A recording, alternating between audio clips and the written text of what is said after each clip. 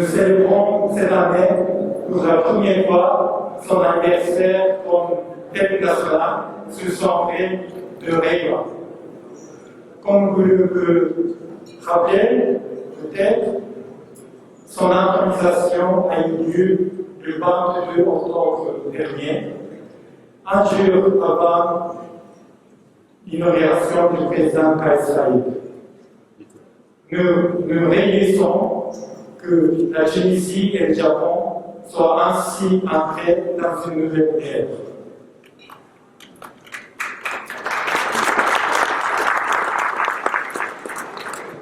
Cette nouvelle ère s'annonce très fructueuse et prometteuse pour la population tuniso-japonaise.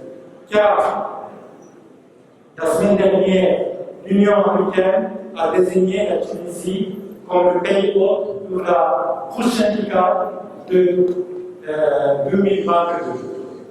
C'est un grand programme scolaire sur le développement africain. Autrement, l'enthousiasme de la Tunisie pour la décade qui, si on saisit cette occasion pleinement, présenterait d'énormes opportunités de partenariat, aussi bien sur le plan bilatéral qu'au niveau du continent africain dans l'ensemble.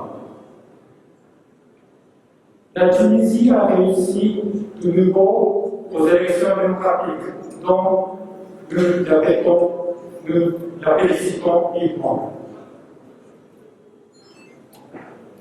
Et nous saluons les efforts déployés par le ministre chef de gouvernement, M. Bakar, et les dirigeants politiques de la société civile en vue de former un nouveau gouvernement.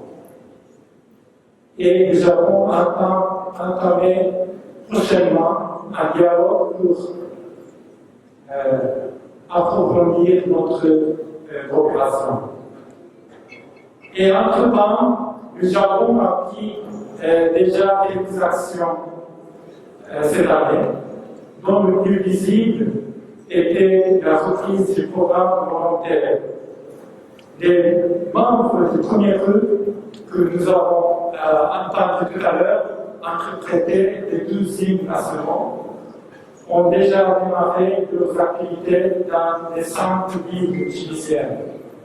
Nous espérons que dans un proche futur, le nombre augmente pour atteindre une quarantaine de personnes et couvrir une grande partie de la Tunisie pour tisser les liens sur le terrain. Et d'ailleurs, Monsieur le ministre, c'est un programme très cher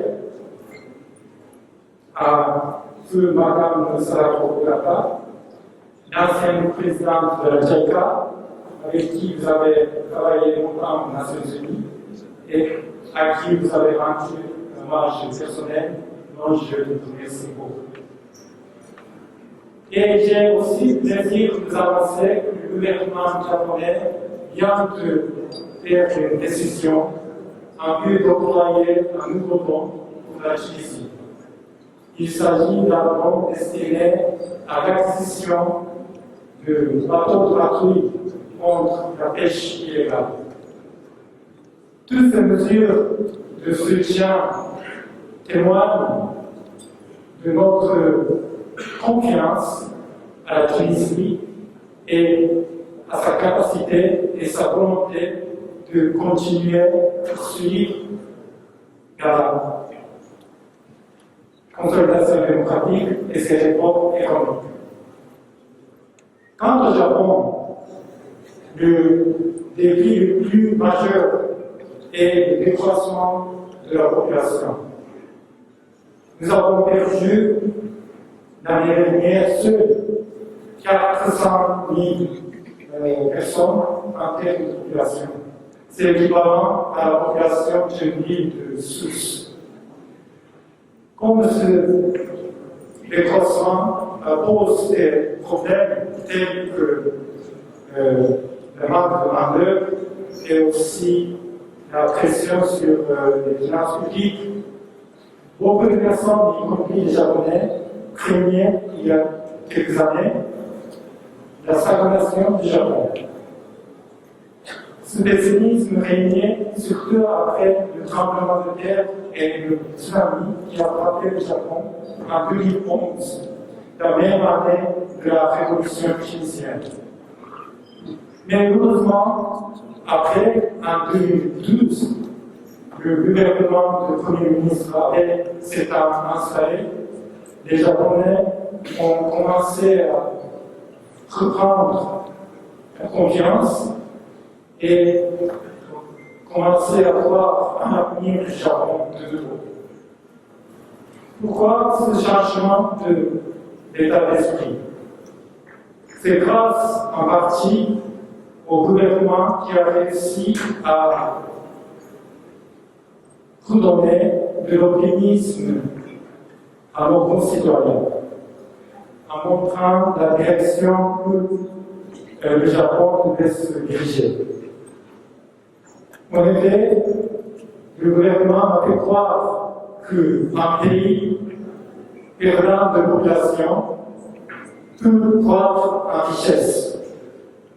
Si on peut transformer notre société en une société où toute la population peut travailler ensemble, notamment les femmes et les personnes âgées, les handicapés, les étrangers, et selon ses capacités et chacun à sa façon. Et ainsi, le gouvernement japonais a pu accepter les réformes difficiles à nos concitoyens en communiquant cette nouvelle vision de nouveau modèle de société. Les mesures qu'on a prises incluent l'augmentation des taux de TVA, le recrutement de l'âge de retraite et l'ouverture du marché du travail aux étrangers. Donc le Japon va continuer dans cette même voie cette année pour relever le moral en organisant les Jeux olympiques et paralympiques. C'est une belle occasion de redonner l'espoir et renouer à approfondir les liens d'amitié.